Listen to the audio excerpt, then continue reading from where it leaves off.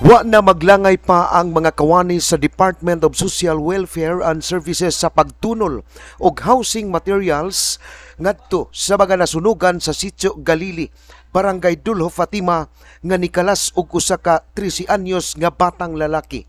Mismo si Mayor Raymond Alvin Garcia personal nga nihimamat og nihatag sa hinabang ngadto sa mga nasunugan nga gihimo diha sa Barangay Hall sa Dulho Fatima nga gitambungan usab sa pipila ka barangay opisyal. Misaad sab og financial assistance ang lokal nga pangagamhanan apan dili pa kini dayon madawat sa mga beneficiaries tungod sa proseso apan gipasalig ni Porcia Basmayor labaw sa DSWS iyang paningkamutan nga dili maabtan usa ka buwan marilis na ang financial assistance sa mga nasunugan. So ang atong mga balay nga totally burned, ang atong ihatag 20 million. Ang totally burned ha. Ang partially atong hatagan og 20 gihapon. Okay? Yan atay mga ang share of renters ihatag na 10,000. Matud sa mayor nga kining maong hinabang dako na og tabang kanila apan iyang tambag ngadto nga gamiton sa sakto ang kwarta para makabalik sila sa normal nga pamuyo.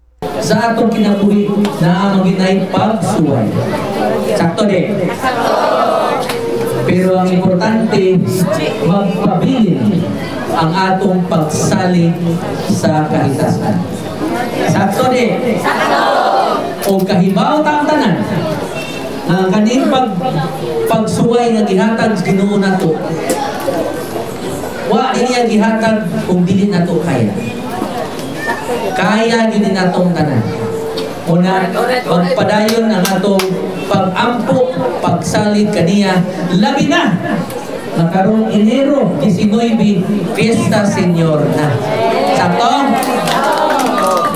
Ang atong ihatag karon is part sa to ang template gyud sa to sa Cebu City Government na atay disaster kit nga ang sud ana hygiene kit, then bugas, sa akong nakay 5 kabuk anak, 5 sad kabuok nga box imong madawat dili ra usa. Si Jose Flores, 60 anyos, nagpasalamat sa kagamhanan sa syudad nga wala dayon madugay ang hinabang nga gihatag sa kagamhanan sa dakbayan. Si Mayor Garcia mipasalig ngadto sa kapin si tinta ka pamilya nga iyang iapil sa Livelihood Assistance Program sa kagamhanan sa dakbayan.